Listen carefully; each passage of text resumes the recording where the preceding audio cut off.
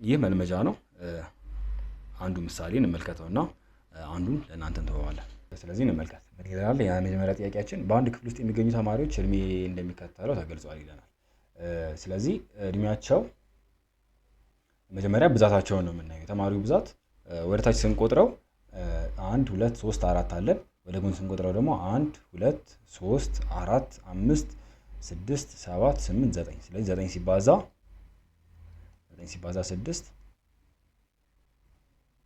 51 ይሰጠናል። ስለዚህ ተማሪዎቻችን ብዛት ስንት ነው?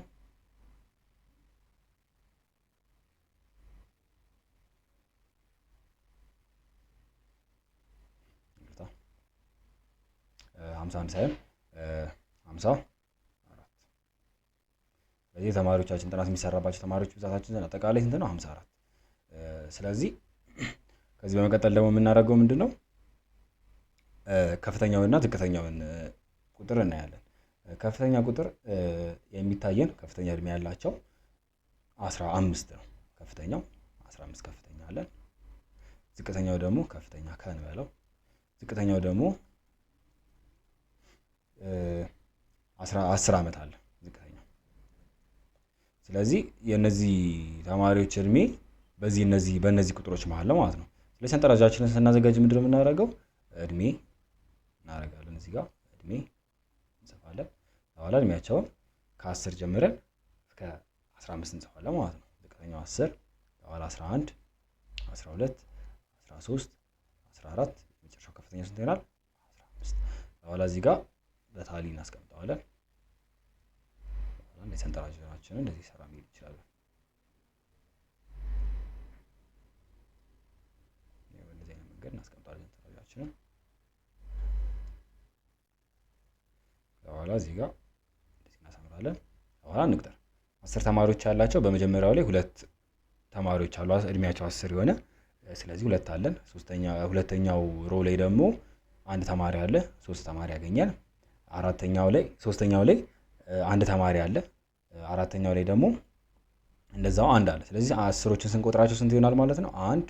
ስለዚህ ስንቆጥር እዚህ ጋር 1 አገኘን። በኋላ 2፣ በኋላ 3፣ በኋላ 4 እናደርግና እዚህ ጋር እንዴት ነው የምናደርገው? ዲያጎናል እንስላለን ማለት ነው። ስለዚህ ብዛት ድግግሞሽ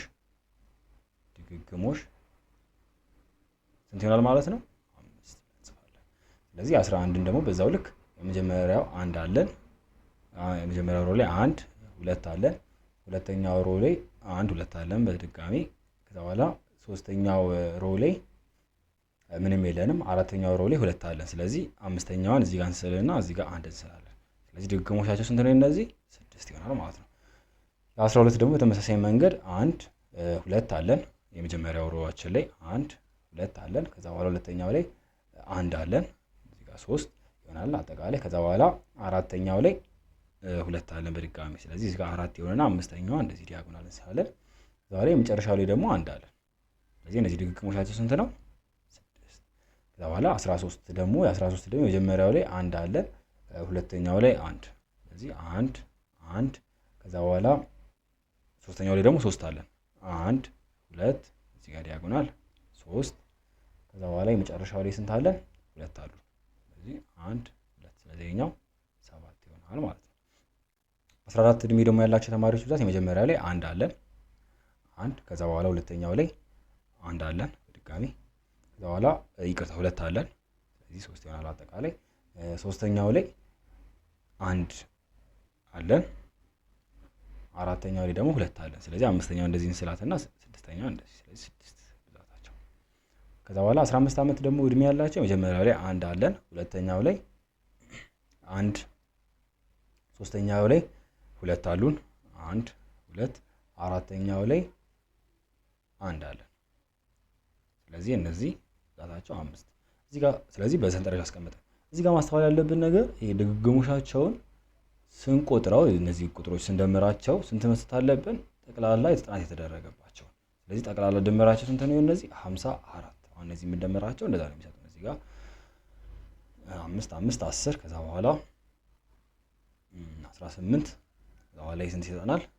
18 እና 4 54 ድምራቸው። የሁለተኛው ከመጀመሪያው ምንድነው? ልዩነቱ ከዚህ በፊት የተዘረዘሩት መረጃዎች እያንዳንዳቸው አንድ አካባቢ የሚኖሩ ማህበረሰብ የተሰጡት የቤተሰብ ብዛት መረጃ ነው። እያንዳንዱ መረጃ ታሊ ማርክ በመጠቀም በሰንጠረዥ ይገልጻል። ከላይኛው ጋር ምንም ልዩነት የለውም። ያኛው ተማሪዎች ነው የተሰራው፣ እኛው በቤተሰብ ነው የተሰራው። ስለዚህ አሁን ባየነው መንገድ እንሰራዋለን ማለት ነው። ሁለተኛው ሌላኛው ርዕሳችን የሚሆነው እነዚህ ያገኘናቸውን መጀመሪያ ጥያቄዎችን ጠየቅን፣ ከዛ በኋላ መረጃ ሰበሰብን። ይህ የሰበሰብነው መረጃ ደግሞ እንዴት እንገልጻለን የሚለውን እናያለን። ስለዚህ ፓራግራፎችን እንጠቀማለን ለመገለጻ ለማድረግ። ስለዚህ እነዚህ ፓራግራፎችን ምንድናቸው፣ እንዴት እንስላቸዋለን፣ እንዴት መገንባት እንችላለን እና ደግሞ ፓራግራፍ ቢሰጠን እንዴት መተርጎም እንችላለን የሚለውን የመጀመሪያው ፓራግራፍ የመረጃ መሰብሰቢያ ዘዴዎችን ተጠቅመን የተሰበሰቡ መረጃዎችን ለማወዳደር እና በጥልቀት ለማጥናት የሚያስችል የግራፍ አይነት ነው። ስለዚህ ቅድም እንዳልኳችሁ አሁን ለምሳሌ በሰራነው መልመጃ መሰረት እነዚህ ተማሪዎችን ከእድሜያቸውን ከፈልን። ስለዚህ ከ10 በታች እንደዚህ ያሉ ከ11 የሆኑ 12 የሆኑ እስከ 15 የሆኑ ተማሪዎችን በሰንጠረዥ አዘጋጀን። ስለዚህ ይህን ደግሞ ሞር የበለጠ ለማጥናት በጥልቀት እናጥና ብንል ባርግራፍ መጠቀም እንችላለን ማለት ነው። ባርግራፍ ቋሚና አግዳሚ ውስን መስመሮች በተገናኙበት የሚሰራ የግራፍ አይነት ነው። አምዳዊ ባርግራፍ በሚሆንበት ጊዜ በቋሚ መስመሮች የመረጃ ብዛት ሲገለጽ፣ በአግዳሚ መስመሮቹ ደግሞ የመረጃ አይነቶች ይገለጻል። በምሳሌ እናየዋለን። ሁለተኛው ደግሞ አግድማዊ ባርግራፍ በሚሆንበት ጊዜ በቋሚ መስመሩ የመረጃ አይነት ሲገለጽ፣ በአግዳሚ መስመሩ ደግሞ የመረጃ ብዛት ይገለጻል። ሶስተኛው ደግሞ ባርግራፍ የምንለው ነው። ባርግራፍ ከመስራታችን በፊት መጀመሪያ መረጃዎችን ሳናዛባ፣ ቅድም እንዳልኳችሁ ስንቆጥር ከተሳሳተ ምናምን መረጃችን ይዛባል። ስለዚህ መረጃችንን ሳናዛባ መመዝገብና መረጃዎችን በአይነትና በብዛት በሰንጠረዥ ማስቀመጥ፣ ከዚያ በፈለግነው ማለትም በአምዳዊ ወይም ደግሞ በአግድማዊ የባርግራፍ አይነቶች በመጠቀም ባርግራፎችን መስራት ይኖርብናል ማለት ነው። ስለዚህ አሁን ይህን ማስተዋል ያለብን ምንድነው፣ ባርግራፍ በምንሰራበት ጊዜ መሟላት ያለባቸው ነጥቦች የመጀመሪያው በእያንዳንዱ ባርግራፍ መካከል ያለውን ርቀትና የባሮቹን ስፋት እኩል መሆን አለበት። ስለዚህ አሁን ለምሳሌ ስንከፋፍል ቅድም አሁን ለምሳሌ እድሜያቸው 10 11 እያለ እንሄድ በመሃላቸው ያለው ርቀት ስንት ነው? አንድ ነው። ስለዚህ ሁሌም ባርግራፍ ከመሳላችን በፊት የምናስቀምጣቸው መረጃዎቻችን ያላቸው ስፋታቸው እኩል መሆን አለበት ማለት ነው።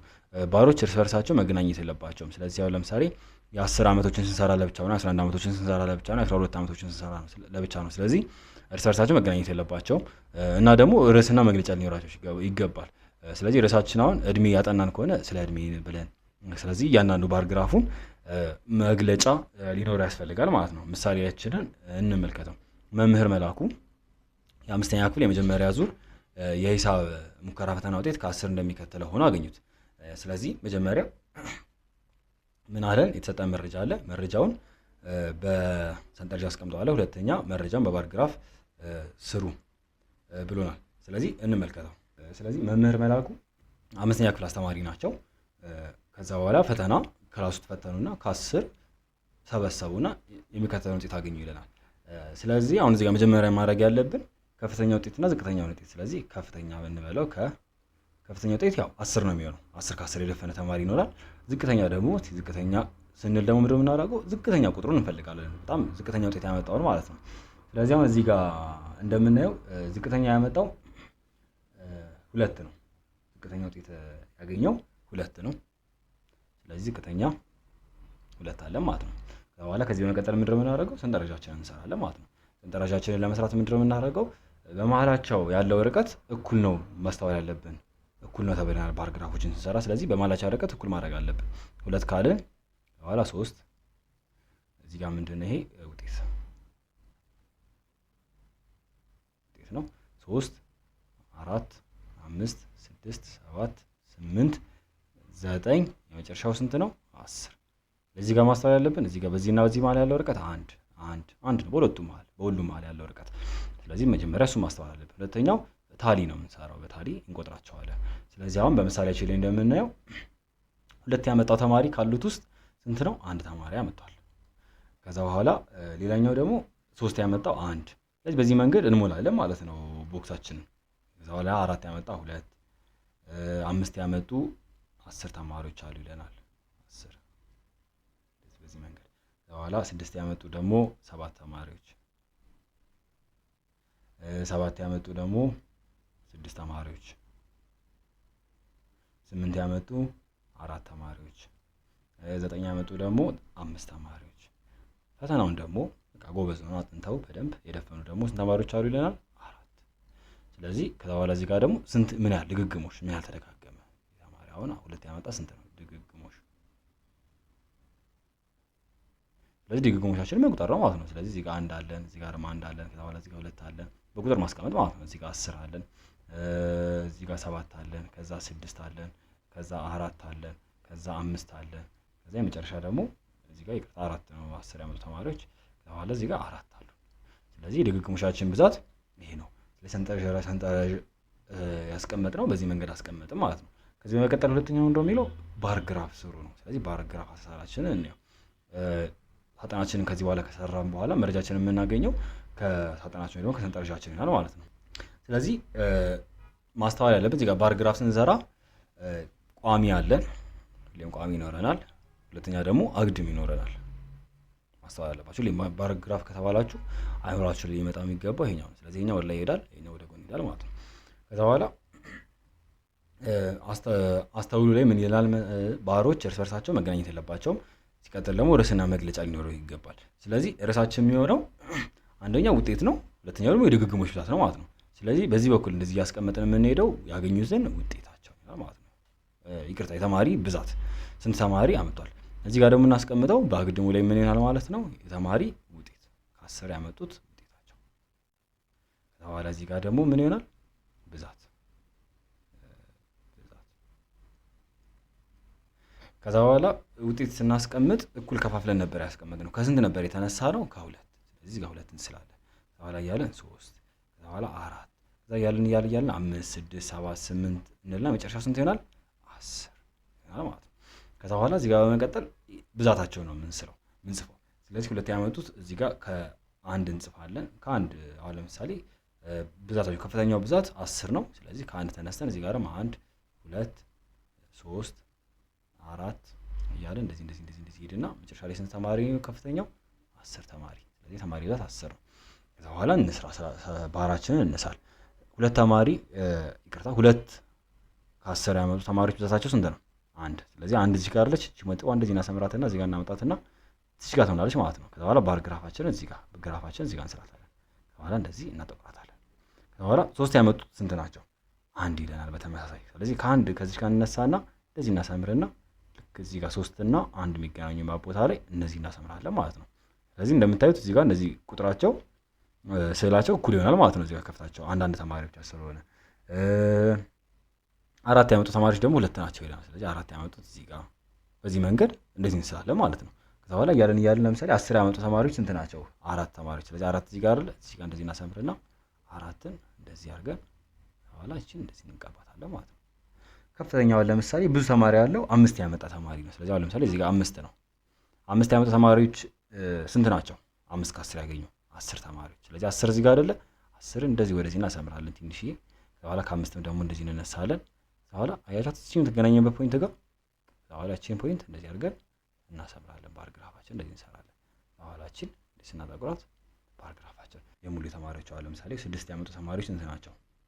7 ተማሪዎች። አያቻት 7 ማለት ደግሞ በ6 እና በ8 መካከል የምትገኝ። ስለዚህ እዚህ ጋር እንደዚህ አምጥቶ እዚህ ጋር ያሰምራትና 7 ጋር ያደርጋታል። ስለዚህ በዚህ መንገድ ባር ግራፍ መስራት እንችላለን ማለት ነው።